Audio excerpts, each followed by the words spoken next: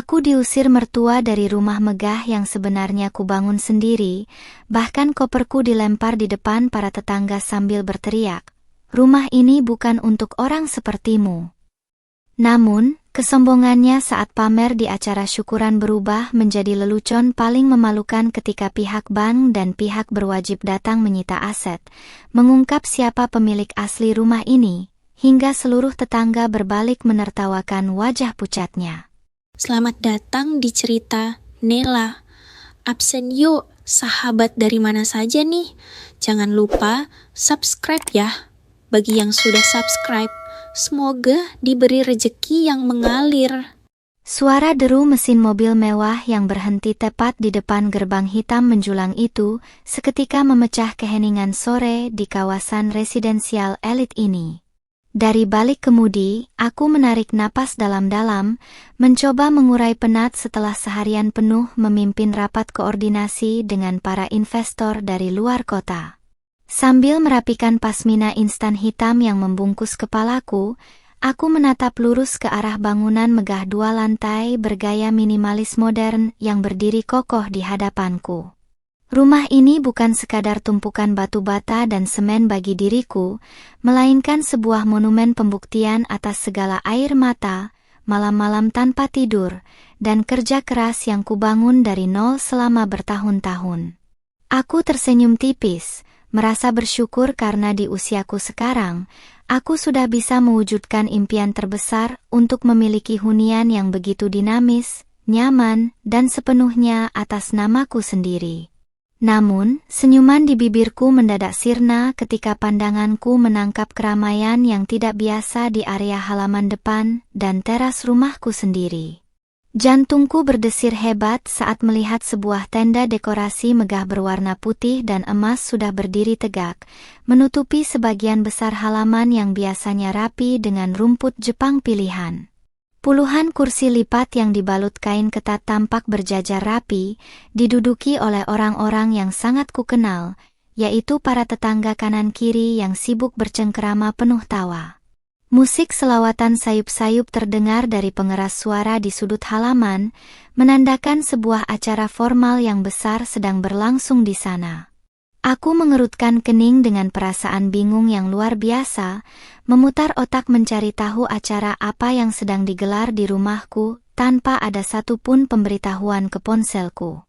Dengan langkah kaki yang terasa kian berat karena disergap rasa penasaran, aku turun dari mobil setelah merapikan blus rajut premium dan celana kulot yang kukenakan agar tetap terlihat rapi. Setiap langkah mendekati gerbang membuat mataku menangkap detail-detail yang semakin membuat dada ini terasa sesak dan bergemuruh. Di dekat pintu utama yang terbuka lebar, berdiri sebuah papan bunga ucapan selamat yang berukuran sangat besar dengan tulisan yang mencolok mata. "Selamat atas syukuran rumah baru Ibu Salma." Begitulah kalimat yang tertera di sana, lengkap dengan untaian bunga segar di sekeliling framenya. Rasanya seperti dihantam godam besar tepat di dada.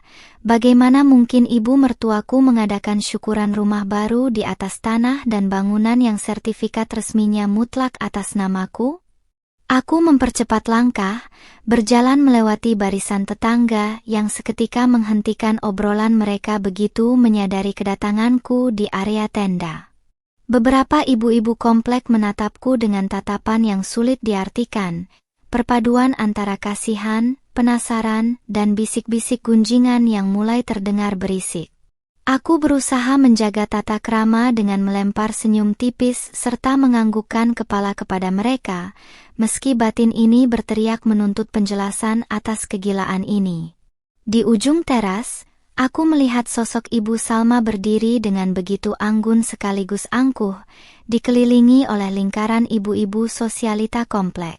Ia tampak begitu mencolok dengan hijab satin berglitter emas dan gamis brokat penuh payet berkilauan, seolah ingin menegaskan kepada semua orang bahwa dialah ratu di tempat ini. Oh, jadi ini rumah besar yang Jeng Salma ceritakan itu? Luar biasa megah ya, pasti harganya miliaran rupiah, puji salah seorang tetangga berhijab besar dengan nada menyanjung yang berlebihan. Ibu Salma langsung membusungkan dadanya yang dihiasi bros mutiara besar. Wajahnya yang penuh riasan tebal memancarkan kepuasan yang luar biasa mendengar pujian tersebut. Tentu saja, Jeng. Anak laki-lakiku, Mas Danu, kan kerjanya sukses besar di perusahaan multinasional, jadi tidak heran kalau dia bisa membelikan rumah semewah ini untuk ibunya menikmati masa tua. Jawab Ibu Salma dengan nada suara yang sengaja dikeraskan agar seluruh tamu yang hadir bisa mendengar kesombongannya. Bibirku keluh mendengarnya. Nafkah yang diberikan Danu untuk dapur saja sering tersendat. Bagaimana mungkin dia bisa membeli rumah di kawasan elit ini? Kalimat bohong yang meluncur bebas dari bibir mertuaku membuat darahku terasa mendidih seketika, mengikis habis sisa-sisa kesabaran yang selama ini kupertahankan demi menghormati suamiku. Aku melangkah tegap mendekati kerumunan itu, membuat Ibu Salma yang sedang tertawa lebar mendadak menghentikan tawa cerianya begitu menyadari kehadiranku. Sorot matanya yang semula penuh binar keangkuhan langsung berubah menjadi dingin, tajam, dan menyiratkan rasa tidak suka yang amat mendalam atas kedatanganku yang tidak diundang ini. Alisnya yang digambar menukik tajam tampak berkerut, seolah-olah kehadiranku di sini adalah sebuah noda hitam yang mengotori acara pamer kemewahan yang sedang ia nikmati bersama teman-temannya. Ia melangkah maju 2 tindak, sengaja menghalangi jalanku untuk masuk ke dalam rumahku sendiri. Kenapa kamu baru pulang jam segini, dan kenapa pakaianmu santai sekali seperti orang yang tidak punya urusan penting? Tegur Ibu Salma dengan suara rendah namun syarat akan intonasi intimidasi yang tajam. Aku menatap matanya dengan pandangan lurus, mencoba menahan diri agar tidak meledak di depan puluhan pasang mata tetangga yang kini mulai fokus memperhatikan interaksi kami. Ibu, apa maksud dari semua acara syukuran ini? Kenapa ada papan nama ibu di depan rumah saya? Dan kenapa ibu tidak berbicara apa-apa kepada saya sebelumnya? Tanyaku dengan suara yang diusahakan tetap tenang namun tegas, menuntut jawaban logis dari wanita paruh baya di hadapanku ini. Mendengar pertanyaanku, Ibu Salma justru mendengus meremehkan, memandangku dari ujung kepala hingga ujung kaki dengan tatapan penuh penghinaan. Senyum sinis terukir di bibir Ibu Salma yang dipulas lipstik merah menyala, sebuah ekspresi yang sangat kukenal sebagai tanda bahwa ia siap merendahkanku sedalam-dalamnya. Rumah kamu? Jangan bermimpi terlalu tinggi, menantu tidak tahu diri.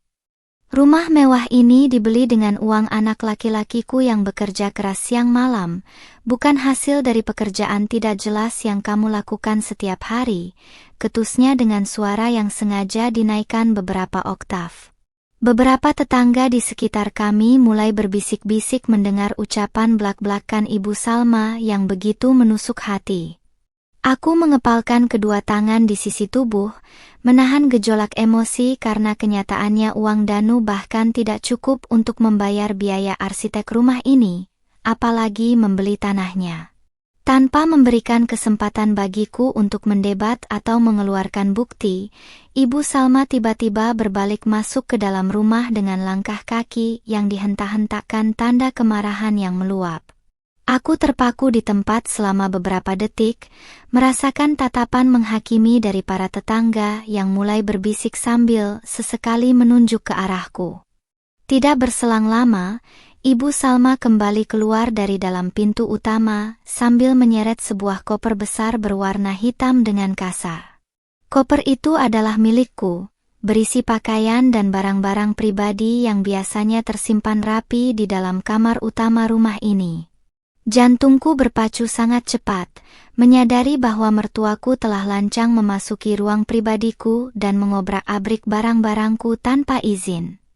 Dengan satu sentakan kuat yang dipenuhi rasa kebencian, Ibu Salma melempar koper hitam besar itu dari atas teras hingga jatuh terhempas ke atas paving blok halaman depan. Suara benturan koper yang keras itu seketika menghentikan seluruh obrolan para tamu, membuat suasana syukuran mendadak hening mencekam seperti kuburan. Ibu Salma berdiri tegak dengan berkacak pinggang, menatapku dari atas tangga teras dengan wajah memerah penuh amarah dan napas yang memburu. Angkat kopermu dan pergi dari sini sekarang juga. Rumah ini bukan untuk orang sepertimu yang hanya tahu cara menumpang hidup pada kesuksesan anakku. Teriaknya dengan sangat lantang ke arah mukaku, mempermalukanku secara telak di hadapan seluruh tetangga komplek yang kini memandangku dengan tatapan mencemooh. Kata-kata kasar Ibu Salma yang bergaung keras di halaman rumahku sendiri membuat telingaku berdenging, sementara puluhan pasang mata tetangga kini tertuju lurus ke arahku dengan berbagai tatapan. Aku berdiri mematung di atas paving block, menatap koper hitamku yang tergeletak mengenaskan setelah dilempar secara kasar dari atas teras oleh wanita paruh baya itu. Rasa hangat menjalar di sudut mataku, namun dengan sekuat tenaga aku menahan air mata agar tidak jatuh di depan orang-orang yang siap menjadikan kemalanganku sebagai bahan gosip esok hari. Aku menarik napas dalam-dalam, berusaha menenangkan gemuruh di dada, lalu melangkah perlahan mendekati koper itu dan menegakkannya kembali dengan tangan yang sedikit bergetar. Keheningan yang mencekam di bawah tenda syukuran itu seolah memberi panggung bagi Ibu Salma untuk terus membusungkan dadanya dengan angkuh. "Kenapa kamu masih berdiri di situ seperti patung? Apa telingamu sudah tidak berfungsi lagi untuk mendengar perintahku?" Pekik Ibu Salma kembali, suaranya yang melengking tinggi memecah keheningan sore dan semakin memojokkanku. Ia melipat kedua tangannya di depan dada, memandangku dengan senyum kemenangan yang sangat kentara di wajahnya yang penuh riasan tebal.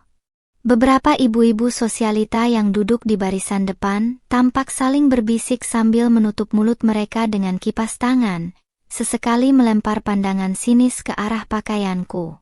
Aku tahu persis apa yang ada di dalam kepala mereka. Mereka mengira aku adalah istri benalu yang sedang menerima ganjaran karena berani melawan mertua yang kaya raya. Kebohongan yang diciptakan Ibu Salma telah berhasil menghasut seluruh orang yang hadir di acara syukuran tanpa izin ini. Di tengah situasi yang semakin menyudutkanku, sebuah mobil sedan putih yang sangat kukenal tiba-tiba berbelok dan berhenti tepat di belakang mobilku di luar gerbang. Pintu kemudi terbuka dan sosok Danu, suamiku, turun dengan langkah tergesa-gesa sambil membenarkan letak dasi kerjanya yang tampak agak longgar.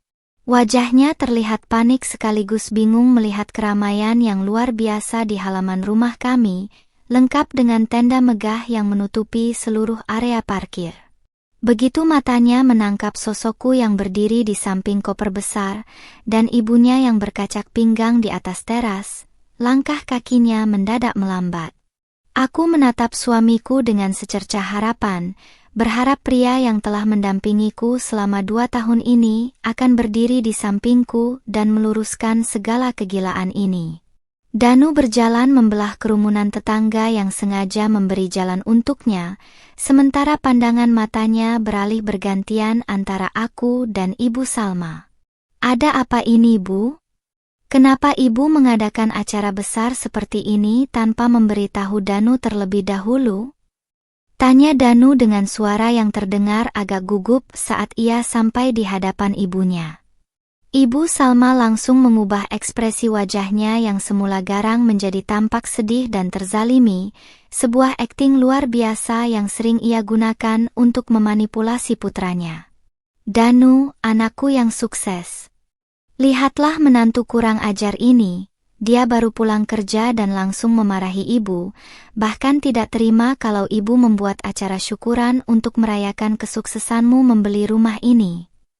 Adu Ibu Salma dengan nada suara yang dibuat terisak. Mendengar aduan sepihak dari ibunya, wajah Danu seketika berubah menjadi tegang dan warna kulitnya tampak sedikit pucat di bawah sinar matahari sore. Ia berbalik menatapku, bukan dengan pandangan penuh perlindungan, melainkan dengan sorot mata yang menyiratkan kecemasan yang amat mendalam atas rahasia yang mungkin terbongkar. Aku bisa melihat jakunnya naik turun saat ia menelan ludah dengan susah payah, mencoba mencari kata-kata yang tepat di hadapan puluhan tetangga yang menonton. Sabrina, sebaiknya kamu jangan membuat keributan di sini, ini acara syukuran ibuku, bisik Danu setengah berbisik saat ia melangkah mendekatiku, mencoba meredam situasi dengan cara yang paling pengecut. Hatiku seketika mencelos, menyadari bahwa suamiku sendiri memilih untuk mendukung kebohongan besar ini demi menjaga harga dirinya. Keributan kamu bilang, Mas? Ibumu melempar koperku dan mengusirku dari rumahku sendiri, lalu kamu memintaku untuk diam. Tanyaku dengan nada suara yang bergetar karena menahan rasa kecewa yang luar biasa dalam. Aku menatap lurus ke dalam manik mata Danu, menuntut kejujuran dari mulutnya di depan semua orang yang sedang memasang telinga lebar-lebar. Danu tampak semakin salah tingkah. Ia melirik ke arah para tetangga lalu kembali menatapku dengan pandangan memohon agar aku tidak melanjutkan ucapanku. Namun, egonya sebagai seorang kepala keluarga tampaknya lebih tinggi daripada kebenaran yang ada, sehingga ia memilih untuk tetap melanjutkan sandiwara bodoh yang dimotori oleh ibunya sendiri sejak awal. Sudahlah Sabrina. Jangan keras kepala dan merasa paling benar di sini. Ikuti saja dulu apa kata ibu demi kebaikan kita bersama. Bentak Danu tiba-tiba dengan suara yang cukup keras, sengaja dilakukan untuk menunjukkan otoritasnya di depan para tetangga dan ibunya. Kalimat itu bagaikan sembilu yang menyayat lubuk hatiku yang terdalam, menghancurkan sisa-sisa rasa hormat yang kupunya untuk pria ini. Ibu Salma yang melihat putranya berpihak kepadanya langsung tersenyum puas, memandangku dengan tatapan mengejek yang seolah mengatakan bahwa aku tidak akan pernah menang melawannya. Seluruh tetangga yang menyaksikan drama rumah tangga itu mulai mengangguk-angguk, menganggap bahwa keputusan Danu menegurku adalah hal yang sangat tepat sebagai suami yang tegas. Kamu dengar sendiri kan apa kata suamimu? Jadi wanita itu harus tahu diri, jangan mentang-mentang kerja lalu bisa bertingkah seenaknya di rumah anakku. Timpal Ibu Salma dengan nada mengejek yang semakin menjadi-jadi dari atas teras. Ia melangkah turun satu anak tangga, melambaikan tangannya mengusirku seolah-olah aku adalah seekor hewan pengganggu yang mengotori halaman rumah mewahnya. Aku mengepalkan jemariku hingga memutih di samping koper, merasakan betapa kejamnya kombinasi antara mertua yang serakah dan suami yang tidak tahu diuntung. Pakaian rajut premium yang kukenakan terasa dingin menyentuh kulitku, seiring dengan dinginnya keputusasaan yang kini berubah menjadi sebuah tekad baru yang membakar dalam dada. Aku menarik napas dalam-dalam, menegakkan punggungku dengan kokoh, dan menatap mereka berdua dengan pandangan mata yang tidak lagi menyiratkan kesedihan, melainkan ketegasan yang mutlak. Baiklah, kalau itu yang kalian berdua inginkan, aku akan pergi dari sini sekarang juga tanpa membawa keributan lebih lanjut, ucapku dengan suara yang lantang dan jelas, memastikan setiap tetangga yang hadir mendengarnya. Danu tampak sedikit lega mendengar keputusanku, mengira bahwa ancamannya berhasil membuatku tunduk dan mengalah seperti biasanya. Namun, dia tidak pernah tahu bahwa keputusanku untuk melangkah mundur hari ini adalah awal dari skenario besar yang akan menghancurkan seluruh martabat dan kesombongan yang mereka banggakan. Sambil menarik tuas koper hitamku, aku berbalik membelakangi teras rumah dan mulai berjalan tegap melewati barisan kursi tamu yang penuh dengan bisik-bisik gunjingan tetangga. Aku melangkah menuju mobilku yang terparkir di luar gerbang, menaruh koper tersebut di bagasi belakang dengan gerakan yang tenang tanpa ekspresi tergesa-gesa. Sebelum memasuki pintu kemudi, aku sempat menoleh sekilas ke arah rumah mewah 2 lantai itu, lalu menatap Ibu Salma dan Danu yang masih berdiri di teras dengan wajah penuh kemenangan. Aku tersenyum tipis di balik hijab pasminaku, membatin dalam hati bahwa mereka boleh tertawa puas hari ini, karena dalam hitungan hari, seluruh komplek ini yang akan berbalik menertawakan kebodohan mereka. Roda mobilku berputar perlahan meninggalkan kawasan perumahan elit yang selama beberapa bulan ini kuharapkan bisa menjadi tempat bernaung yang tenang. Melalui kaca spion tengah, aku melihat siluet rumah mewah 2 lantai milikku yang kian mengecil, tertutup oleh kemegahan tenda syukuran ilegal yang didirikan mertuaku. Dadaku terasa sesak, bukan karena kehilangan tempat tinggal, melainkan karena pengkhianatan kasat mata yang dilakukan oleh Danu di depan puluhan pasang mata tetangga. Di dalam kabin mobil yang sunyi, aku mencengkeram setir dengan erat, membiarkan deru napas yang memburu menjadi satu-satunya suara yang menemani perjalananku menembus senja kota yang mulai temaram. Pikiranku berputar cepat, menyusun rencana dan menghitung setiap langkah taktis yang harus kuambil demi memberi pelajaran setimpal bagi mereka yang telah menginjak-injak harga diriku. Ponselku yang tergeletak di dashboard terus bergetar tanpa henti, menampilkan nama Danu di layarnya yang menyala terang benderang. Aku sengaja mengabaikan panggilan tersebut, membiarkannya mati sendiri sebelum akhirnya bergetar kembali untuk kesekian kalinya. Aku tahu persis apa yang ingin dia katakan. Dia pasti akan memintaku mengalah lagi, berpura-pura demi menjaga nama baiknya, atau sekadar memastikan aku tidak membongkar rahasia keuangan kami kepada ibunya. Sandiwara yang dia mainkan di teras rumah tadi sudah lebih dari cukup untuk menunjukkan di mana posisinya berada dalam hubungan pernikahan ini. Aku tidak akan lagi menjadi istri penurut yang bisa dimanipulasi dengan kata-kata manis atau bentakan penuh kepalsuan yang sering dia lontarkan saat kami berdua. Mobil kuarahkan menuju ke area pusat kota, tempat di mana sebuah hotel butik bintang 4 yang cukup tenang berada tidak jauh dari lokasi kantorku. Aku memutuskan untuk menginap di sana selama beberapa hari ke depan, menjadikannya sebagai markas sementara untuk mengonsolidasikan semua bukti kepemilikan aset yang kupunya. Sambil menunggu lampu merah di sebuah persimpangan jalan, aku meraba dompet di dalam tas kerja, memastikan kartu debit korporat dan dokumen digital penting di dalam gawai keamananku terakses dengan sempurna. Keputusan mertuaku untuk membuang koperku ternyata menjadi berkah tersendiri, karena dengan begitu aku tidak perlu lagi kembali ke rumah itu, hanya untuk mengambil pakaian kerja dan kebutuhan pribadiku. Sesampainya di hotel, petugas valet dengan sigap membantuku menurunkan koper hitam besar yang beberapa jam lalu dilempar kasar oleh Ibu Salma ke atas paving block. Aku melangkah masuk ke dalam lobi hotel yang bernuansa modern minimalis dengan langkah tegap, mengabaikan rasa lelah yang mulai mendera sekujur tubuh setelah seharian dihantam konflik bertubi-tubi. Setelah menyelesaikan proses check-in yang cepat di meja resepsionis, aku segera menuju ke kamar lantai 7 yang telah dipesan atas namaku sendiri.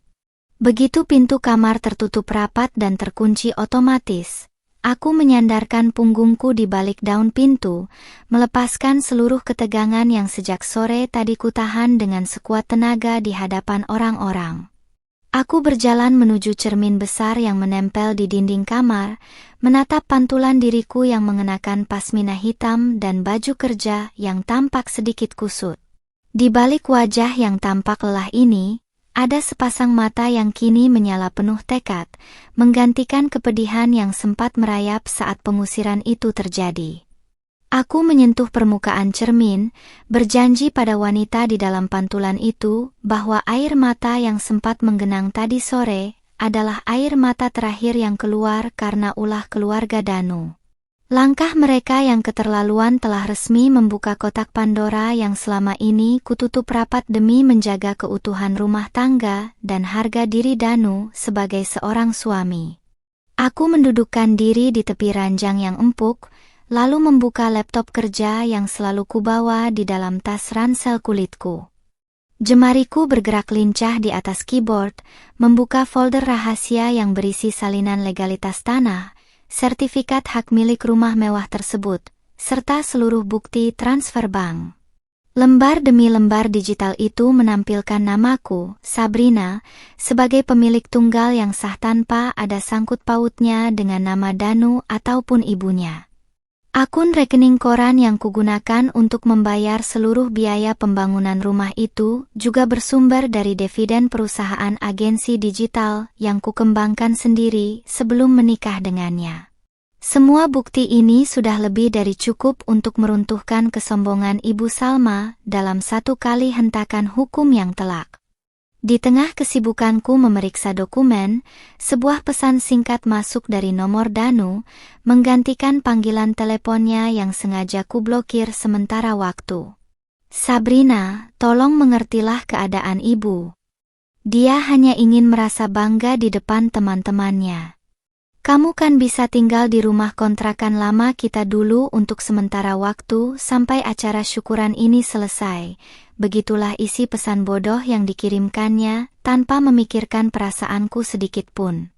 Aku mendengus geli membaca deretan kalimat luar biasa egois itu, merasa heran bagaimana bisa aku mencintai pria yang begitu dangkal pemikirannya selama 2 tahun ini. Dia dengan mudahnya memintaku mengalah dan pindah ke kontrakan sempit, sementara ibunya berpesta pora di atas rumah yang kubangun dengan uangku sendiri. Tanpa berniat membalas pesan tersebut, aku langsung menghubungi kuasa hukum pribadiku, Pak Baskoro, melalui sambungan telepon terenkripsi. Suara berat pria paruh-baya yang sudah berpengalaman menangani aset-aset perusahaanku itu terdengar tenang di seberang sana, mendengarkan setiap detail kronologi pengusiran yang baru saja kualami. Semua dokumen kepemilikan mutlak ada di tangan kita, Ibu Sabrina. Jika Ibu menghendaki, kita bisa melakukan tindakan pengosongan paksa atau melaporkan tindakan penyerobotan lahan besok pagi, ujar Pak Baskoro dengan nada profesional yang memberi rasa aman yang luar biasa di hatiku. Aku terdiam sejenak, menimbang-nimbang strategi terbaik agar efek jera yang dihasilkan bisa menjadi tontonan yang tak terlupakan bagi seluruh warga komplek. Jangan besok pagi, Pak Baskoro. Biarkan Ibu Salma menikmati masa-masa jayanya selama 2 atau 3 hari ini di rumah itu bersama para tetangga. Jawabku dengan nada suara yang tenang namun dingin mematikan. Aku ingin mertuaku merasa berada di puncak dunia terlebih dahulu, menceritakan kebohongannya kepada setiap orang yang datang, sebelum akhirnya dijatuhkan ke dalam jurang kehinaan yang paling dalam. Pak Baskoro di seberang telepon terdengar terkekeh pelan, memahami arah tujuanku yang ingin memberikan serangan balik secara legal namun memiliki dampak sosial yang menghancurkan reputasi kesombongan mertuaku. Kami kemudian menyusun jadwal yang tepat, memilih hari di mana komplek perumahan itu biasanya sedang ramai-ramainya oleh aktivitas warga sekitar. Setelah sambungan telepon terputus, aku menutup laptopku lalu berjalan menuju jendela besar kamar hotel yang menampilkan kerlip lampu kota di bawah sana. Malam kian larut, namun kejelasan mengenai apa yang akan terjadi beberapa hari ke depan membuat dadaku terasa jauh lebih lapang dari sebelumnya.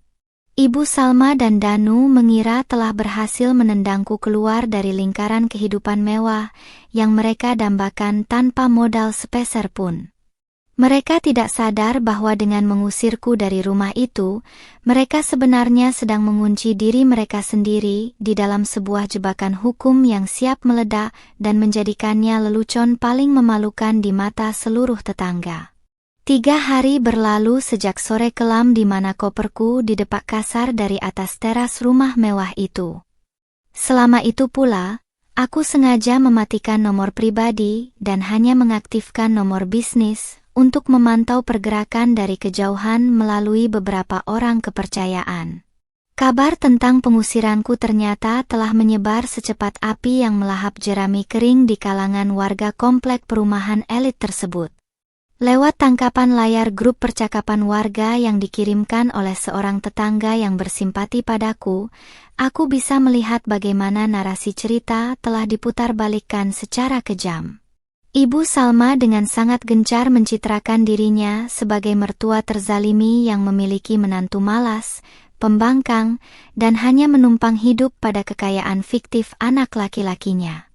Setiap ketikan teks di dalam grup perumahan itu rata-rata berisi sanjungan untuk Ibu Salma dan hujatan terselubung yang dialamatkan kepadaku tanpa mereka tahu kebenaran yang sesungguhnya. Aku duduk di sofa ruang kerja kantorku, membolak-balik berkas audit bulanan sambil sesekali melirik layar gawai yang menampilkan obrolan yang kian memanas. Ada yang menulis bahwa aku adalah wanita yang tidak tahu diuntung karena kerap pulang malam. Ada pula yang menimpali bahwa jilbab pasmina yang kukenakan hanyalah kedok untuk menyembunyikan sifat burukku. Aku hanya tersenyum tipis membacanya, sama sekali tidak merasa sakit hati atau berniat memberikan klarifikasi di dalam grup tersebut.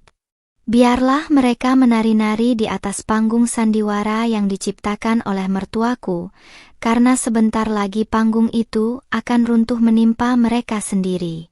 Sementara itu, Danu terus mengirimkan pesan demi pesan yang nadanya kian hari kian meninggi, merasa di atas angin karena mengira aku telah kalah dan mengalah sepenuhnya. Sabrina, ibu berniat mengundang sisa teman-teman arisannya besok siang untuk makan-makan lagi di rumah. Tolong transfer uang 30 juta ke rekening ibu, anggap saja sebagai bentuk permintaan maafmu karena sudah tidak sopan waktu itu, tulis Danu dalam pesan terakhirnya pagi ini. Aku menggelengkan kepala, benar-benar tak habis pikir dengan urat malu suamiku yang tampaknya sudah putus total demi menyenangkan ibunya yang gila hormat. Dana puluhan juta diminta begitu saja dari istri yang baru saja mereka usir dan permalukan di depan umum, seolah-olah aku adalah mesin ATM berjalan yang tidak punya harga diri.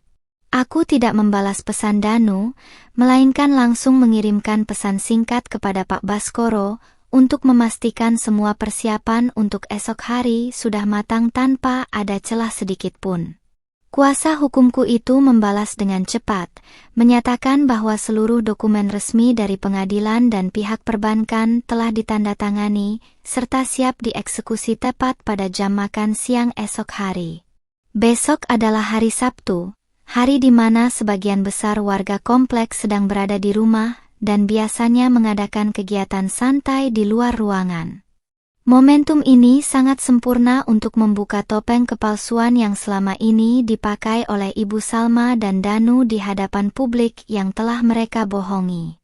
Siang itu, aku memutuskan untuk keluar sejenak mencari udara segar dan sengaja melewati kawasan komplek perumahan dengan menggunakan mobil operasional kantor yang kacanya sangat gelap. Dari balik kaca mobil yang hitam, aku melihat Ibu Salma sedang berdiri di depan pagar rumah mewahku dengan pakaian brokat mentereng yang berbeda lagi dari hari sebelumnya. Ia tampak sedang mengobrol seru dengan 3 orang ibu-ibu komplek yang memegang wadah makanan, tampaknya baru saja membagikan hantaran sisa acara syukuran kemarin. Gerakan tangannya yang heboh menunjuk-nunjuk ke arah lantai 2 rumah, seolah menegaskan betapa bangganya ia menguasai bangunan yang bukan miliknya itu. Sayup-sayup, saat mobilku berjalan sangat pelan melintasi mereka, kaca mobil yang sedikit terbuka menangkap potongan kalimat yang keluar dari mulut mertuaku yang dipulas lipstik tebal. Iya Jeng, untung anakku cepat sadar dan mengusir wanita pembawa sial itu dari rumah ini, kalau tidak bisa-bisa rumah mewah ini kotor oleh pembawaannya yang angkuh, ucap Ibu Salma dengan tawa renyah yang disambut anggukan setuju dari para tetangga di sekelilingnya. Salah seorang tetangga menimpali dengan kalimat yang tak kalah menyakitkan, memuji kebaikan Danu yang dianggap sebagai anak berbakti paling sukses di komplek tersebut. Aku menarik tuas kaca mobil hingga tertutup rapat kembali, menahan diri agar tidak meledak di tempat karena waktu eksekusi yang sesungguhnya tinggal menghitung jam. Aku mengarahkan kemudi kembali ke hotel dengan perasaan yang jauh lebih tenang, bahkan cenderung tidak sabar menantikan hari esok tiba. Pakaian kerja yang kukenakan sore itu terasa pas di tubuh, mencerminkan kesiapan fisik dan mental seorang wanita mandiri yang siap merebut kembali apa yang mutlak menjadi hak miliknya. Malamnya, aku tertidur dengan sangat nyenyak di kamar hotel, tanpa ada lagi beban pikiran atau rasa bersalah karena harus berbakti pada suami yang tidak tahu cara menghargai seorang istri. Semua rasa cinta dan toleransi yang kupelihara selama 2 tahun pernikahan ini telah menguap habis, digantikan oleh logika hukum yang dingin dan tak terbantahkan.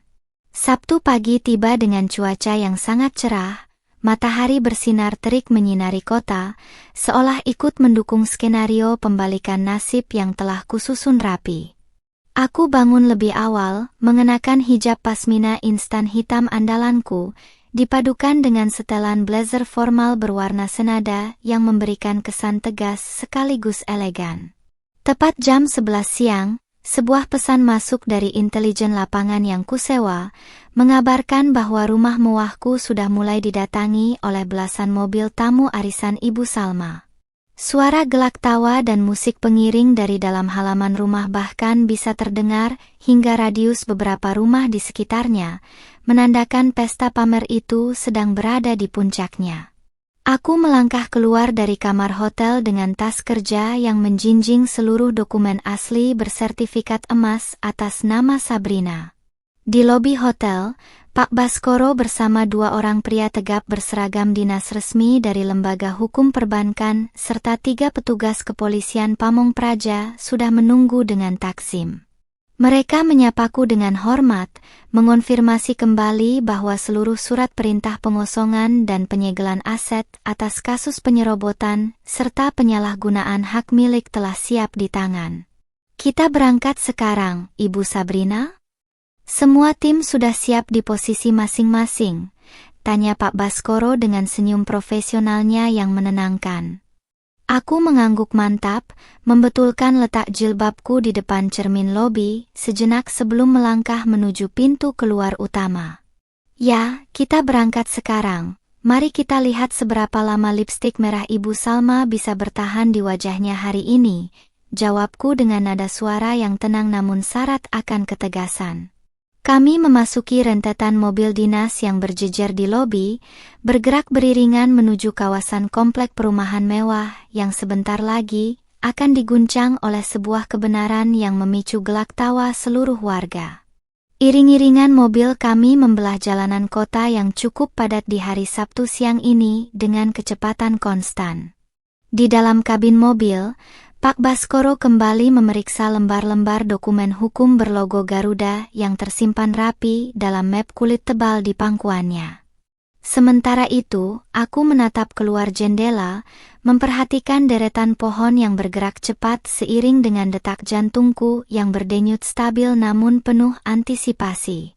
Tidak ada lagi rasa gugup atau ragu yang tersisa di dalam benakku. Semua perasaan itu telah terkikis habis oleh kesombongan berlebihan yang ditunjukkan oleh keluarga suamiku selama beberapa hari terakhir ini. Aku tahu, apa yang akan terjadi dalam waktu 30 menit ke depan akan menjadi titik balik yang meruntuhkan seluruh harga diri semu yang mereka bangun di atas kebohongan. Mobil dinas terdepan yang ditumpangi oleh petugas kepolisian mulai memasuki gerbang utama komplek perumahan elit yang dijaga oleh petugas keamanan swasta. Petrus, satpam komplek yang berjaga di pos depan, tampak terkejut melihat rombongan kendaraan dinas resmi berplat nomor khusus beriringan masuk ke dalam lingkungan perumahan mewah tersebut. Ia sempat memberikan hormat dengan wajah penuh tanya, mencoba menerka-nerka rumah warga mana yang sedang bermasalah hingga harus didatangi oleh pihak berwajib dan perwakilan lembaga hukum perbankan. Aku sengaja menurunkan sedikit kaca mobil untuk memberikan kode anggukan kecil kepadanya, membuat satpam itu terbelalak menyadari siapa yang berada di dalam salah satu mobil mewah tersebut. Semakin mendekati area rumahku, sayup-sayup suara dentum musik dari pengeras suara kelas atas mulai terdengar memadati atmosfer udara komplek. Dari jarak 50 meter, pemandangan halaman rumahku tampak sangat kontras dengan ketenangan rumah-rumah di sekitarnya yang cenderung sepi di akhir pekan. Belasan mobil mewah milik tamu arisan Ibu Salma terparkir berderet panjang di sepanjang bahu jalan, hingga menutupi sebagian akses jalan umum milik warga komplek lainnya. Tenda putih emas yang berdiri tegak itu tampak dipenuhi oleh dekorasi bunga segar yang melimpah, mengesankan sebuah kemewahan yang luar biasa seolah-olah pemilik rumah sedang merayakan pesta pencapaian tingkat nasional. Rombongan mobil kami akhirnya berhenti tepat di depan gerbang hitam rumah 2 lantai itu, memblokir beberapa mobil tamu yang hendak keluar dari area parkir.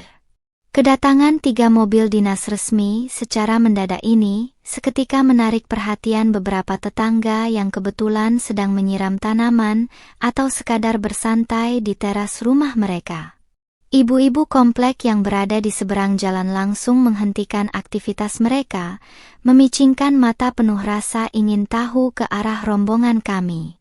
Suasana riuh di bawah tenda syukuran Ibu Salma mendadak agak mereda ketika beberapa orang tamu menyadari kehadiran petugas berseragam tegap yang mulai turun dari kendaraan dengan langkah berwibawa. Aku turun dari pintu belakang mobil setelah Pak Baskoro membukakannya untukku dengan sikap yang sangat menghormati kedudukanku sebagai klien utama. Dengan setelan blazer formal hitam dan pasmina senada yang membungkus kepala dengan sangat rapi, aku melangkah tegap berdampingan dengan kuasa hukumku menuju ke dalam area halaman rumah. Penampilanku yang tegas hari ini benar-benar memancarkan aura seorang pemilik aset yang sah. Sangat berbeda dengan sosok menantu penurut yang beberapa hari lalu koper bajunya dilempar ke jalanan. Di bawah tenda, aku melihat Ibu Salma sedang berdiri di tengah-tengah meja prasmanan, memegang piring porselen sambil tertawa lebar bersama teman-teman arisan sosialitanya. "Jeng Salma, itu sepertinya ada tamu penting yang datang, tapi kok menggunakan mobil dinas dan membawa polisi ya?" bisik salah satu teman arisannya sambil menunjuk ke arah gerbang dengan kipas tangan mahalnya. Ibu Salma menghentikan tawa renyahnya, memutar tubuhnya perlahan hingga pandangan matanya langsung beradu tepat dengan sorot mataku yang dingin dan tajam.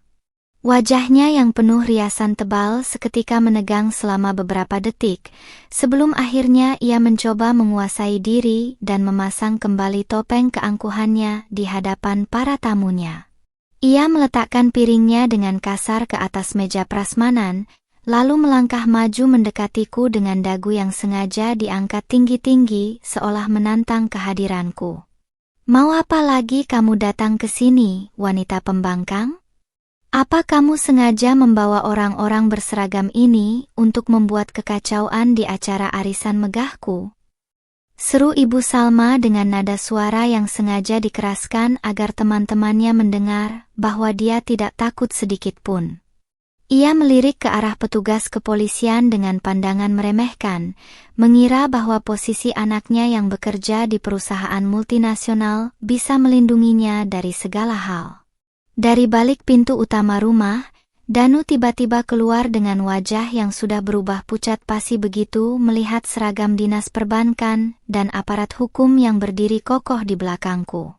Ia berlari kecil menuruni tangga teras, mencoba menjejalkan dirinya di antara ibunya dan rombongan kami yang kian merangsek maju. "Sabrina, apa-apaan ini? Tolong jangan memalukan keluarga kita di depan teman-teman ibu. Suruh orang-orang ini pergi sekarang juga," bisik Danu dengan nada panik yang sangat kentara.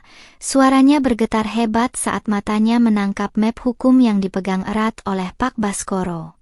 Aku sama sekali tidak menggubris bisikan panik suamiku, melainkan melangkah mundur satu tindak untuk memberikan ruang bagi Pak Baskoro maju ke depan membuka suara. "Selamat siang, Ibu Salma dan Saudara Danu. Perkenalkan, saya Baskoro, kuasa hukum mutlak dari Ibu Sabrina, pemilik tunggal yang sah atas seluruh aset tanah dan bangunan ini," ucap Pak Baskoro dengan suara baritonnya yang lantang, menggema dengan jelas di bawah tenda syukuran. Kalimat pembuka dari kuasa hukumku itu seketika membuat suasana di bawah tenda mendadak hening seketika, menghentikan seluruh denting sendok dan obrolan para tamu arisan. Ibu Salma mendelik lebar, tawanya yang sumbang terdengar mencoba mencairkan ketegangan yang mulai merayap di wajah teman-temannya. "Pemilik sah apa? Jangan membual di siang bolong.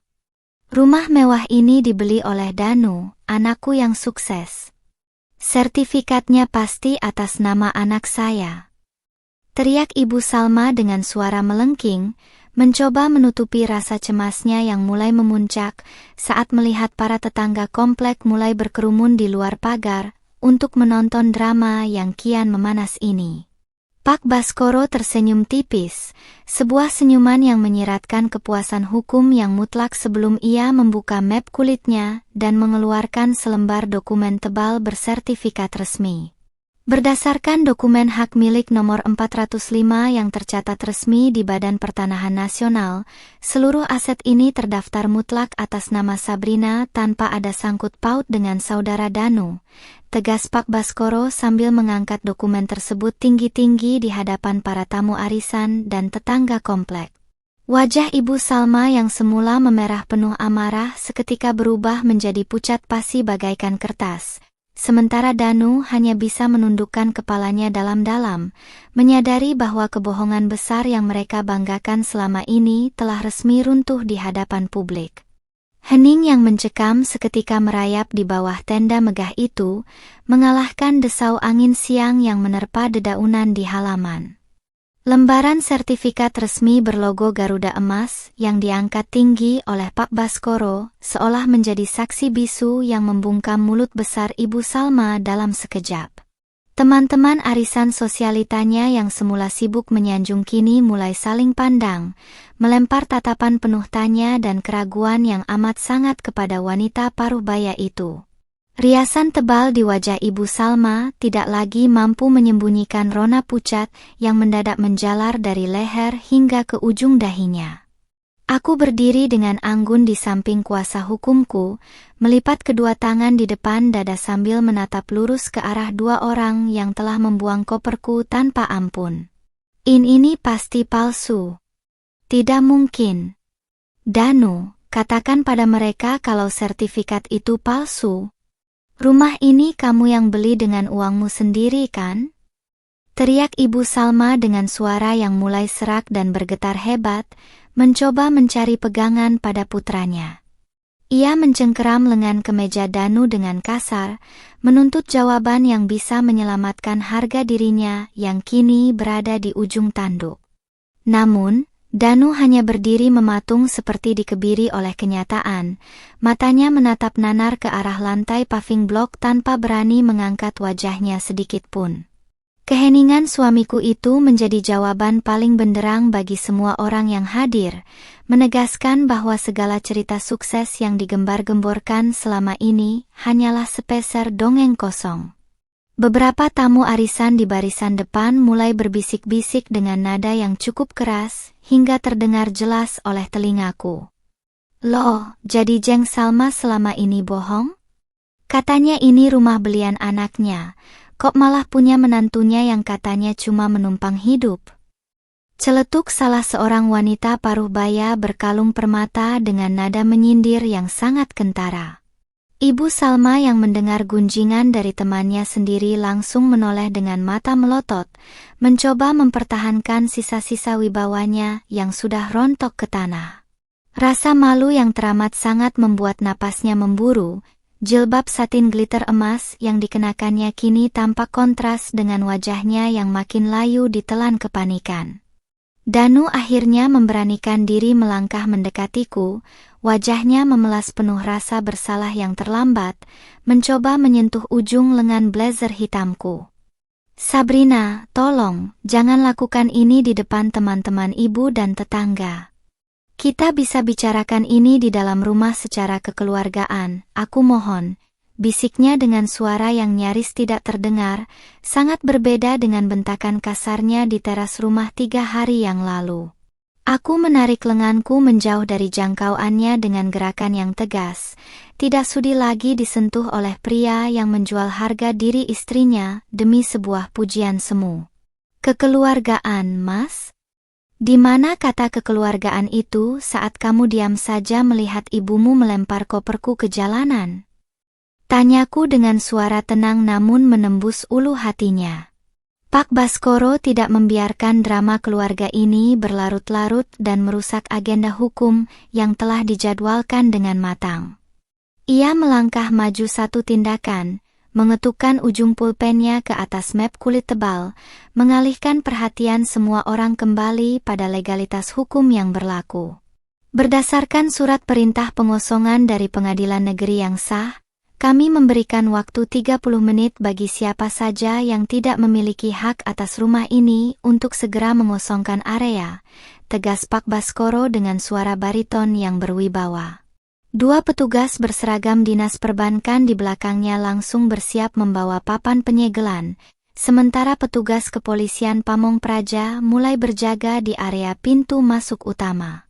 Pernyataan tegas dari kuasa hukumku bagaikan petir di siang bolong bagi para tamu arisan yang ada di bawah tenda mewah tersebut.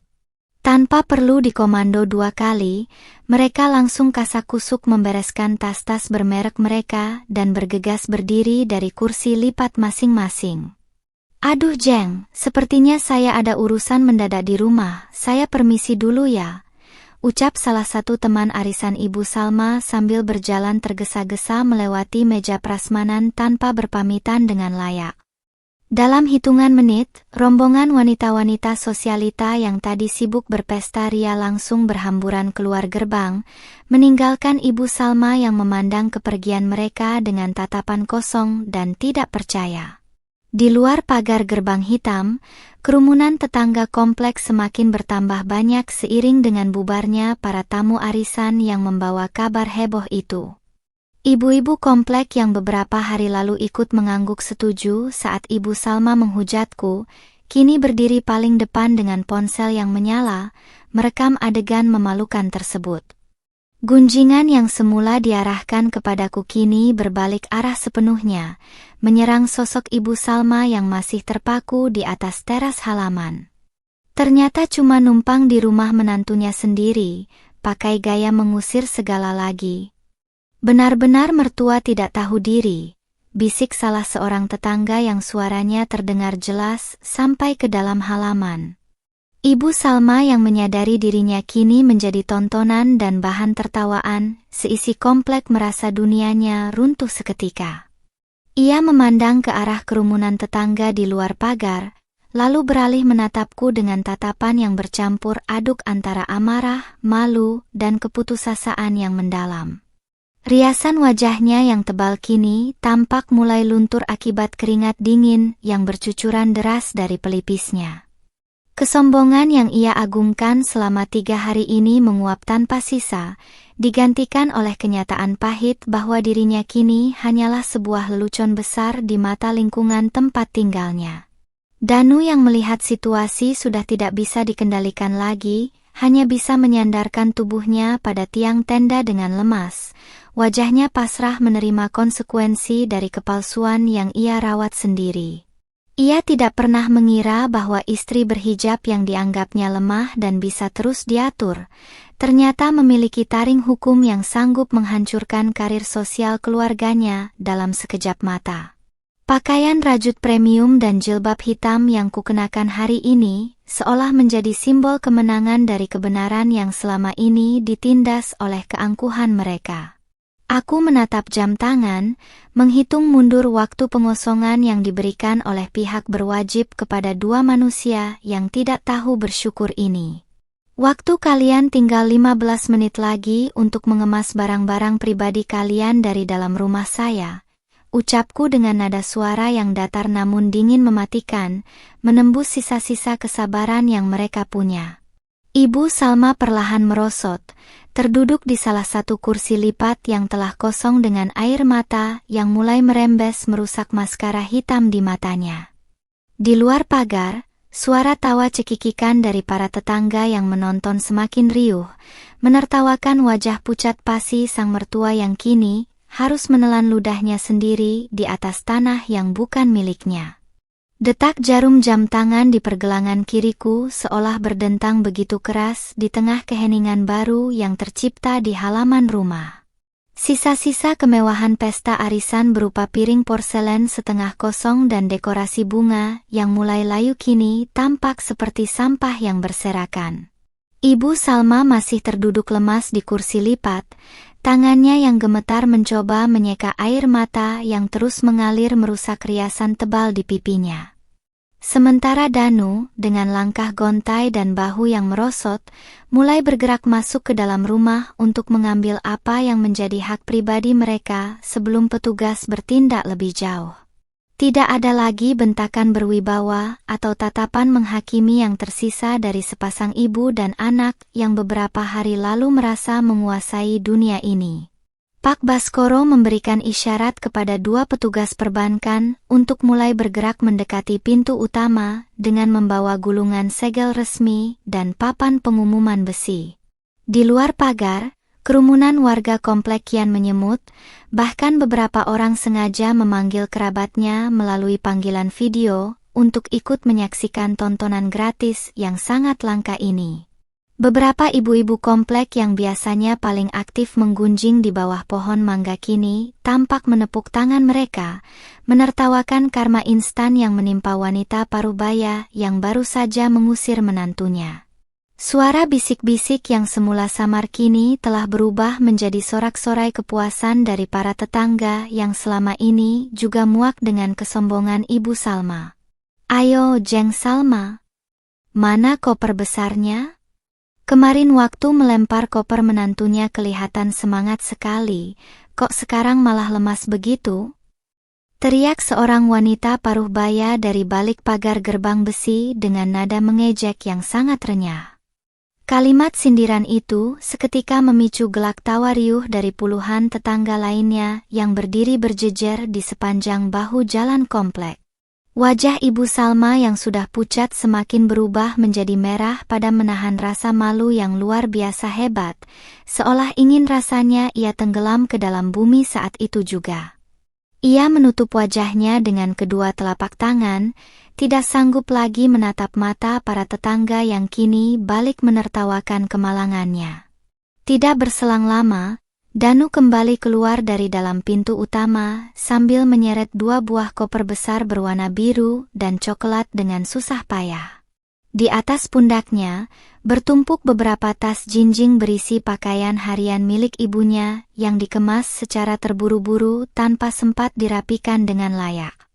Kain-kain brokat dan jilbab glitter yang biasanya tersimpan rapi kini tampak menjulur keluar dari resleting tas yang dipaksakan menutup. Pemandangan Danu yang tampak kepayahan membawa barang-barang tersebut menjadi santapan empuk bagi kamera ponsel para warga yang tidak henti-hentinya mengambil gambar dari berbagai sudut.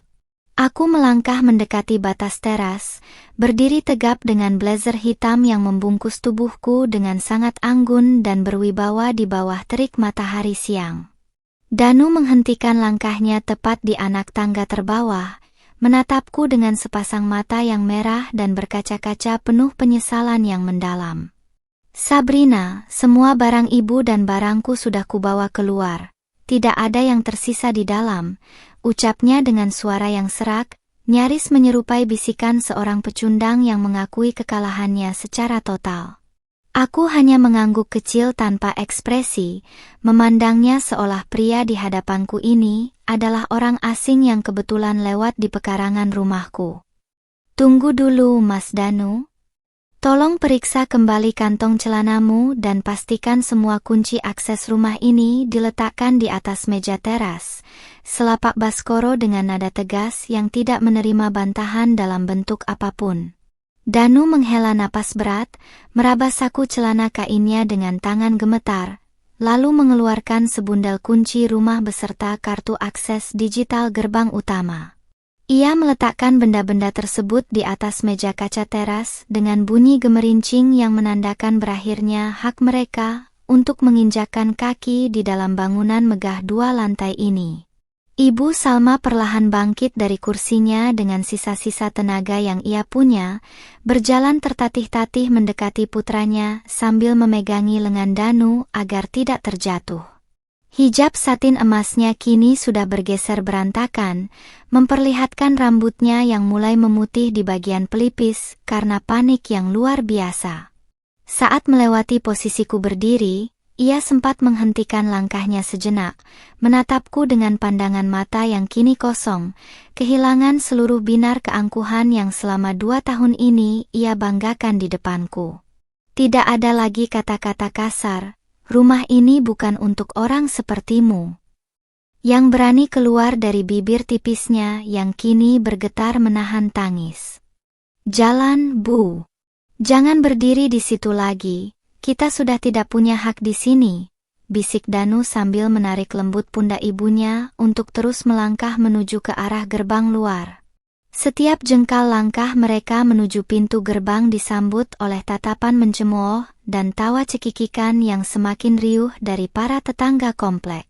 Beberapa anak muda komplek bahkan sengaja bersiul mengejek, mengiringi kepergian dua manusia gila hormat itu yang kini harus menanggung malu di hadapan seluruh lingkungan sosial yang pernah mereka bohongi. Begitu tubuh Ibu Salma dan Danu melewati batas gerbang hitam, petugas perbankan dengan sigap langsung menarik daun pintu utama rumah mewah itu hingga tertutup rapat. Bunyi dentum pintu yang terkunci otomatis itu seolah menjadi palu hakim yang sah, mengetuk akhir dari masa mana penindasan yang kualami di dalam rumah tangga ini. Petugas kemudian menempelkan selembar stiker besar berlogo resmi dan memasang rantai segel di gagang pintu, menyatakan secara hukum bahwa aset ini berada di bawah pengawasan penuh pemilik sah yang diwakili oleh kuasa hukum resmi. Aku membalikkan badanku menghadap ke arah jalanan komplek, menatap lurus ke arah kerumunan tetangga yang kini mendadak terdiam dan menatapku dengan pandangan penuh rasa hormat sekaligus segan. Senyum tipis yang penuh kemenangan terukir di wajahku di balik hijab pasmina hitam yang kukenakan dengan sangat rapi sore ini. Dari kejauhan di ujung jalan, aku melihat Danu dan Ibu Salma sedang berusaha memasukkan koper-koper mereka ke dalam bagasi mobil sedan putih mereka di bawah tatapan sinis seisi komplek yang masih terus menertawakan nasib mereka.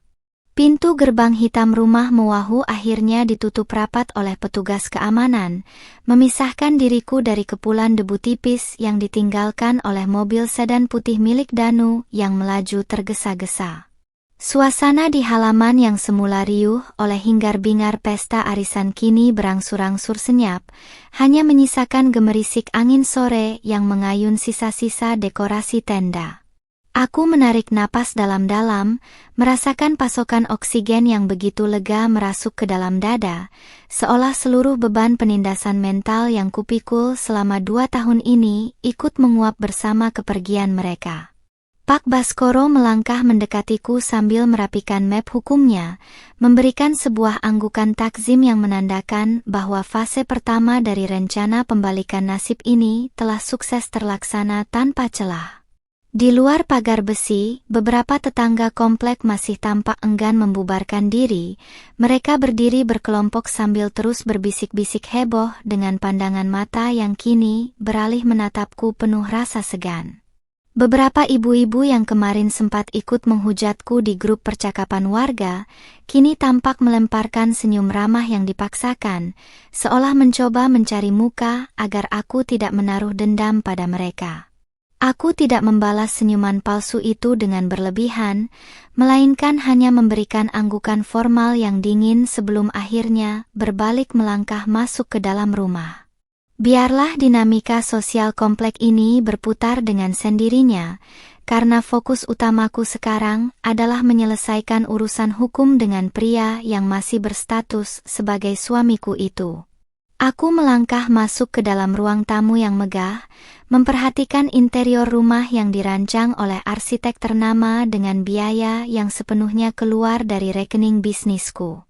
Di atas meja sudut, masih tergeletak beberapa brosur perhiasan dan majalah dinding mewah yang tampaknya sengaja ditinggalkan oleh Ibu Salma untuk dipamerkan kepada teman-temannya. Aku mengambil majalah-majalah tersebut dan langsung membuangnya ke dalam tempat sampah tanpa ragu, membersihkan setiap jejak keangkuhan paruh baya yang sempat mengotori rumah ini. Sambil mendudukkan diri di sofa kulit premium, aku membuka tas kerja dan mengeluarkan sebuah draft dokumen baru yang telah kusiapkan bersama Pak Baskoro sejak 2 hari yang lalu. Dokumen itu bukanlah surat perjanjian damai atau nota kesepakatan pembagian aset, melainkan berkas gugatan cerai resmi beserta tuntutan ganti rugi atas penyalahgunaan dana pribadi.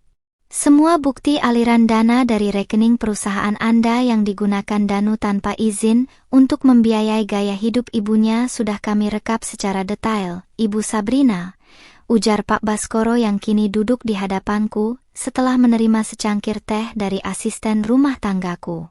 Aku menatap lembar demi lembar rincian transaksi tersebut, di mana tertera angka ratusan juta rupiah yang diam-diam ditarik Danu dari kartu kredit tambahan yang sengaja kuberikan kepadanya untuk keperluan mendesak, namun justru disalahgunakan. Keputusanku sudah bulat dan tidak akan bisa digoyahkan lagi oleh air mata penyesalan atau bujukan dari pihak keluarga Danu. Pria itu tidak hanya gagal menjadi pelindung bagi istrinya, tetapi juga bertindak sebagai fasilitator bagi ibunya untuk menginjak-injak harga diriku di depan umum. Selama ini, aku bertahan karena mengira sifat buruknya bisa dikikis oleh waktu dan kesabaran, namun peristiwa pengusiran 3 hari lalu membuka mataku bahwa ada beberapa orang yang memang tidak tahu cara menghargai sebuah ketulusan. Pakaian blazer hitam dan hijab pasmina yang masih kukenakan seolah menjadi zirah yang menguatkan tekadku untuk menyelesaikan pernikahan beracun ini secepat mungkin melalui jalur hukum yang tegas. Tepat pada jam 7 malam, ponsel bisnisku kembali menyala dan menampilkan rentetan pesan teks dari nomor Danu yang tampaknya baru saja tiba di rumah kontrakan lama kami. Sabrina, aku mohon maafkan ibu. Ibu sampai jatuh sakit dan terus menangis karena malu ditertawakan oleh seluruh tetangga komplek. Tolong cabut laporanmu dan biarkan kami kembali ke rumah itu. Kita bisa mulai semuanya dari awal lagi, tulis Danu dengan untaian kalimat yang kini terdengar sangat menyedihkan. Aku mendengus geli membaca pesan itu, membayangkan bagaimana Ibu Salma yang biasanya berteriak lantang dengan lipstik merah menyala kini, hanya bisa terbaring lemas meratapi runtuhnya benteng kesombongan yang ia bangun dari kebohongan.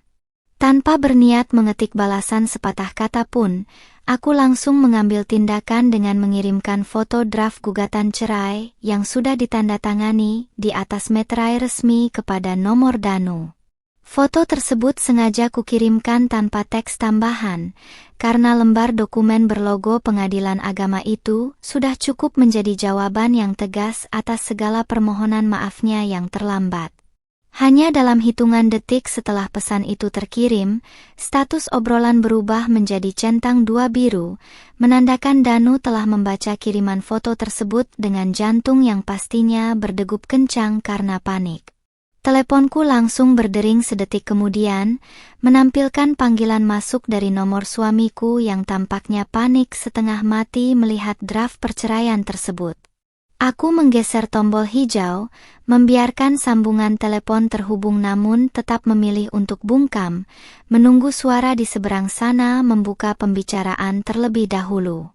Sabrina, apa maksudnya ini? Kenapa kamu sampai menggugat cerai aku? Kita bisa bicarakan ini baik-baik, jangan bawa urusan rumah tangga kita ke pengadilan. Teriak Danu dari seberang telepon dengan nada suara yang bergetar hebat antara marah dan ketakutan yang amat sangat. Aku membetulkan letak jilbabku sejenak, lalu mendekatkan pengeras suara ponsel ke arah bibirku untuk memberikan jawaban dengan nada yang sangat tenang namun dingin mematikan. Urusan rumah tangga kita sudah selesai sejak kamu memilih diam saat ibumu melempar koperku ke atas paving blok, Mas. Besok pagi, surat panggilan resmi dari pengadilan akan diantarkan langsung oleh kurir ke alamat kontrakanmu. Ucapku dengan artikulasi yang jelas dan tegas, memotong setiap kalimat pembelaan diri yang hendak ia lontarkan kembali. Sebelum Danu sempat membalas, aku langsung memutus sambungan telepon secara sepihak dan memasukkan nomornya ke dalam daftar blokir permanen. Pak Baskoro yang menyaksikan interaksi tersebut tersenyum puas, mengetahui bahwa kliennya bukan lagi wanita lemah yang bisa diintimidasi oleh struktur pernikahan yang patriarki. Semua berkas akan langsung kami daftarkan ke kesekretariatan pengadilan esok pagi pukul 8 tepat, Ibu Sabrina. Kita akan memastikan proses ini berjalan cepat tanpa ada celah bagi mereka untuk menuntut harta Gana Gini, tegas Pak Baskoro sambil menutup map kulitnya. Aku mengangguk mantap, menatap keluar jendela kaca besar ke arah lampu-lampu taman yang mulai menyala terang, bersiap menyambut hari esok di mana aku akan sepenuhnya terlepas dari belenggu keluarga yang tidak tahu cara bersyukur. Ruang tunggu pengadilan agama pagi ini terasa begitu dingin, kontras dengan terik matahari luar yang mulai membakar aspal jalanan.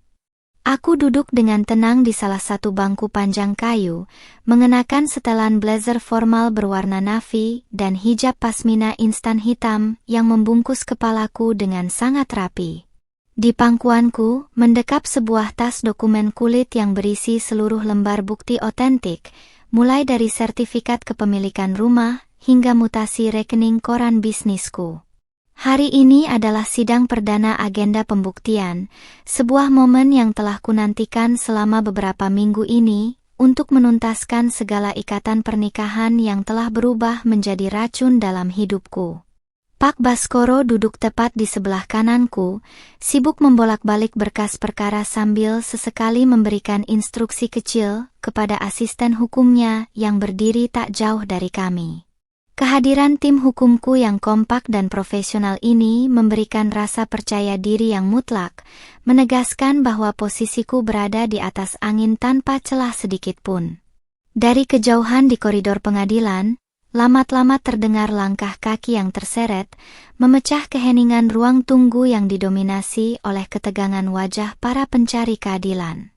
Aku menoleh sekilas, menangkap sosok Danu yang berjalan perlahan mendekat dengan kemeja kerja yang tampak agak longgar dan kusut di bagian lengan.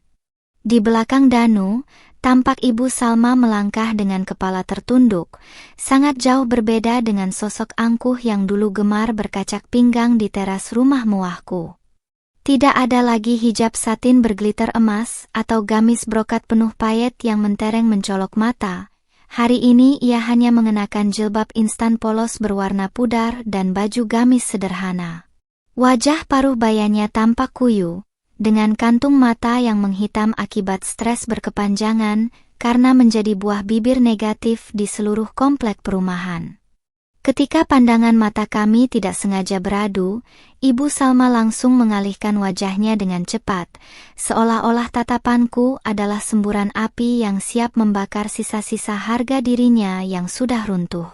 "Sabrina," panggil Danu dengan suara yang terdengar sangat parau saat ia berdiri tepat di hadapanku, mencoba mencari sisa simpati dari sepasang mataku.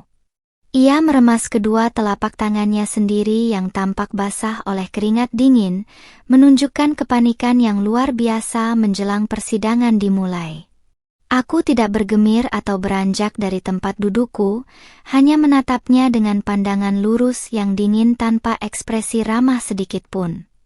Pak Baskoro langsung berdiri, menempatkan dirinya di antara aku dan Danu sebagai pembatas legalitas yang menegaskan bahwa segala komunikasi harus melalui jalur hukum yang resmi.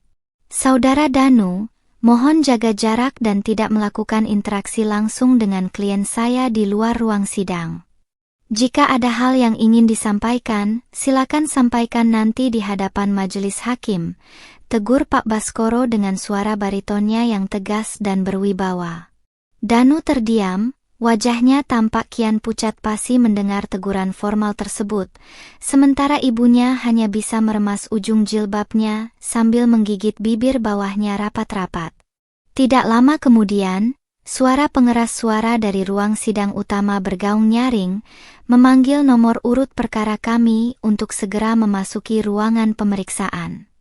Kami melangkah masuk ke dalam ruang sidang yang bernuansa hikmat dengan jajaran kursi jati dan meja majelis hakim yang menjulang tinggi di depan. Aku mendudukkan diri di kursi penggugat bersama Pak Baskoro, sementara Danu dan ibunya mengambil posisi di kursi tergugat dengan sikap tubuh yang tampak sangat membungkuk lemas. 3 orang majelis hakim yang memimpin persidangan mulai membuka berkas perkara, menatap kami satu persatu sebelum akhirnya memulai agenda pembacaan bukti-bukti otentik. Ketukan palu hakim yang menggema di dalam ruangan seolah menjadi penanda bahwa hitungan mundur kehancuran sandiwara Danu telah dimulai. Pak Baskoro maju ke depan meja majelis hakim dengan langkah mantap, menyerahkan bundel dokumen asli kepemilikan tanah dan bangunan serta hasil audit forensik keuangan keluarga kami. Yang mulia, kami lampirkan bukti bahwa seluruh dana pembangunan aset rumah mewah tersebut murni berasal dari omzet perusahaan agensi digital milik klien kami, Ibu Sabrina. Kami juga melampirkan bukti penyalahgunaan kartu kredit korporat oleh tergugat yang dialirkan untuk kepentingan pribadi keluarga tergugat tanpa izin tertulis, tegas Pak Baskoro dengan artikulasi yang sangat jelas. Hakim Ketua tampak mengangguk-angguk formal, membaca lembar demi lembar bukti tertulis yang tidak terbantahkan tersebut dengan saksama. Danu yang diberikan kesempatan untuk menanggapi bukti tersebut hanya bisa menundukkan kepalanya dalam-dalam, lidahnya mendadak keluh dan tidak mampu mengeluarkan satu patah kata pembelaan pun. Ia tahu persis bahwa setiap angka dan tanda tangan yang tertera di dalam dokumen tersebut adalah jerat hukum yang sah yang siap menyeretnya ke dalam konsekuensi finansial yang berat. Sementara itu, Ibu Salma yang duduk di barisan belakang kursi tergugat tampak mulai terisak pelan, menyadari bahwa tuntutan ganti rugi ratusan juta rupiah yang diajukan bisa membuat rumah kontrakan lama mereka pun terancam disita untuk melunasi utang anak laki-lakinya. Bagaimana tergugat? Apakah saudara memiliki bukti sanggahan atas seluruh dokumen yang diajukan oleh pihak penggugat? Tanya Hakim Ketua dengan nada suara yang berwibawa menuntut kejujuran. Danu menelan ludah dengan susah payah, ia melirik ke arah ibunya sejenak lalu kembali menatap majelis hakim dengan pandangan pasrah yang total. Tidak ada, Yang Mulia. Semua bukti dari pihak penggugat adalah benar, jawab Danu dengan suara bergetar yang terdengar sangat menyedihkan di dalam ruang sidang yang sunyi itu. Pengakuan jujur yang keluar dari mulut suamiku sendiri, seolah menjadi hantaman palu pamungkas yang meruntuhkan seluruh ego dan kesombongan yang mereka pertahankan selama ini. Hakim Ketua kemudian mengetukkan palunya satu kali, menyatakan bahwa sidang agenda pembuktian telah selesai dan akan dilanjutkan dengan pembacaan putusan akhir pada minggu depan. Aku berdiri dari kursi penggugat, merapikan blazer hitamku dan menjinjing tas kerjaku dengan perasaan yang luar biasa lapang seolah baru saja melepaskan belenggu besi dari kaki. Saat berjalan menuju pintu keluar ruang sidang, aku sempat melewati kursi Ibu Salma yang masih menangis tersedu-sedu, meratapi nasib malangnya yang kini benar-benar menjadi lelucon hukum yang memalukan. Di koridor luar, aku melangkah tegap di balik jilbab pasminaku, bersiap menyambut babak akhir dari kemenanganku yang mutlak. Hari yang dinantikan itu akhirnya tiba dengan cuaca kota yang begitu cerah dan benderang.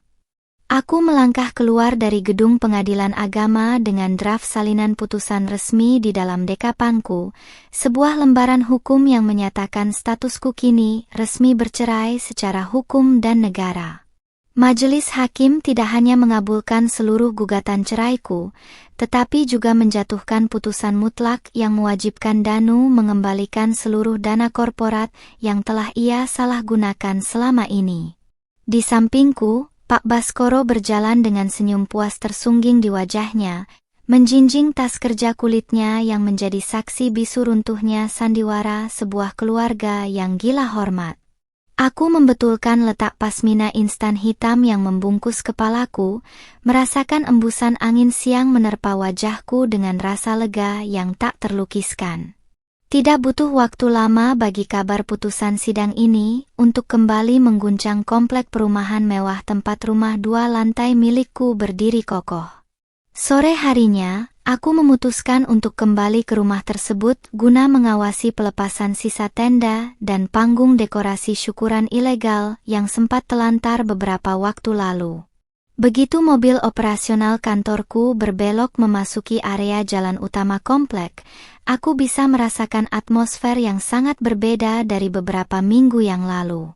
Kehadiran kendaraanku kini disambut dengan pandangan penuh rasa segan, hormat, dan rasa sungkan yang amat mendalam dari para warga sekitar yang kebetulan sedang berada di luar rumah. Di depan gerbang hitam rumahku, tampak sebuah mobil bak terbuka yang sangat sederhana terparkir dengan beberapa barang rumah tangga yang tampak usang di atasnya. Ternyata, Danu dan Ibu Salma terpaksa datang kembali siang itu untuk mengambil beberapa perabotan masak milik pribadi ibunya yang tertinggal di area dapur luar sebelum rumah dikunci total. Kehadiran mereka berdua dengan mobil bak terbuka itu tentu saja langsung memicu perhatian dan menjadi magnet tontonan gratis bagi seluruh warga komplek. Ibu-ibu komplek yang dulu menjadi teman setia Ibu Salma dalam menggunjingkanku, kini sudah berkerumun di seberang jalan sambil memegang ponsel mereka yang menyala. Aduh, Jeng Salma. Kemarin waktu syukuran gayanya selangit pakai mobil sewaan mewah, kok sekarang pindahan cuma pakai mobil bak terbuka begini? Celetuk Ibu Siska, tetangga sebelah rumah dengan nada menyindir yang sangat lantang dan sengaja dikeraskan.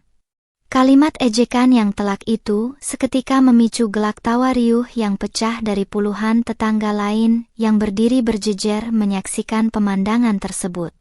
Wajah Ibu Salma yang semula kuyu langsung berubah menjadi merah pada menahan rasa malu yang luar biasa hebat, seolah ingin rasanya ia menghilang dari permukaan bumi saat itu juga. Ia hanya bisa menundukkan kepalanya dalam-dalam, berpura-pura sibuk mengikat kardus di atas bak mobil dengan tangan yang gemetar hebat. Danu yang berdiri di samping ibunya juga tampak tidak kalah mengenaskan. Kemeja kerjanya tampak lusut dan keringat bercucuran deras membasahi dahi serta lehernya. Ia tidak lagi memiliki sisa-sisa keberanian untuk membalas sindiran atau sekadar menatap balik mata para tetangga yang kini balik menertawakan kemalangan mereka. Ketika pintu mobilku terbuka dan aku melangkah turun dengan setelan blazer formal yang rapi, seluruh pasang mata di tempat itu seketika terfokus ke arah kedatanganku. Beberapa ibu-ibu komplek langsung melempar senyum manis yang dipaksakan kepadaku, seolah mencoba mengubur dalam-dalam jejak digital hujatan yang pernah mereka ketik di grup percakapan warga. Aku berjalan tegap melewati kerumunan warga, memancarkan aura seorang wanita mandiri dan pemilik aset yang sah seutuhnya, tanpa ada ketergantungan pada pria manapun. Langkah kakiku terhenti tepat di dekat bak mobil terbuka milik mereka, membuat Danu dan Ibu Salma secara refleks menghentikan aktivitas mereka dan menatapku dengan pandangan kosong.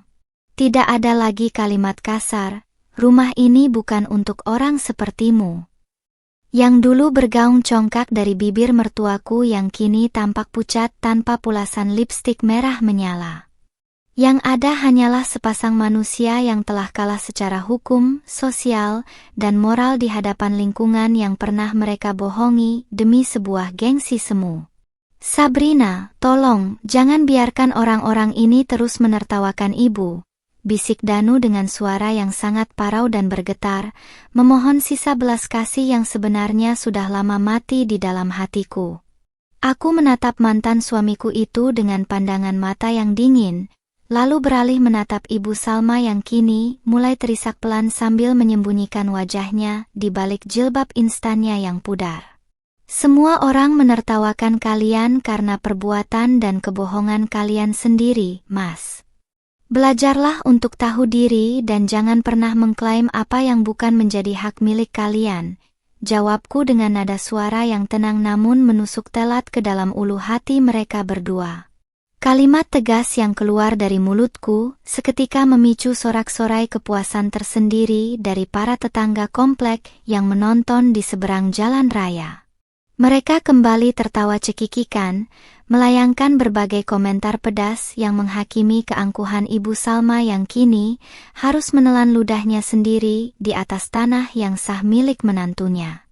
Mertuaku yang sudah tidak sanggup lagi menahan beban rasa malu yang teramat sangat, langsung menarik lengan Danu dengan tergesa-gesa untuk segera masuk ke dalam ruang kemudi mobil bak terbuka tersebut. Mereka menyalakan mesin kendaraan yang berbunyi kasar itu, bersiap meninggalkan kawasan elit ini untuk selamanya dengan kepala yang terkulai lemas. Mobil bak terbuka itu akhirnya perlahan bergerak pergi, melaju pelan meninggalkan kepulan asap tipis di sepanjang jalan komplek diiringi oleh tatapan mencemooh dari seisi lingkungan sekitar. Aku berdiri tegak di depan gerbang hitam rumah Muahu, menyaksikan kepergian mereka dengan perasaan lapang dan kemenangan hakiki yang bersemayam utuh di dalam dada. Beberapa tetangga komplek mulai mendekatiku, mencoba membuka obrolan ramah dan melontarkan kata-kata pujian atas ketegasanku, namun aku hanya menanggapi mereka dengan senyuman formal yang sewajarnya. Aku tahu, mulai hari ini tidak akan ada lagi yang berani meremehkan atau memandang sebelah mata pada sosok wanita berhijab yang berdiri kokoh di atas kakinya sendiri ini. Aku membalikkan badanku, melangkah masuk ke dalam halaman rumah mewah 2 lantai yang kini sepenuhnya bersih dari polusi kebohongan dan keserakan keluarga Danu.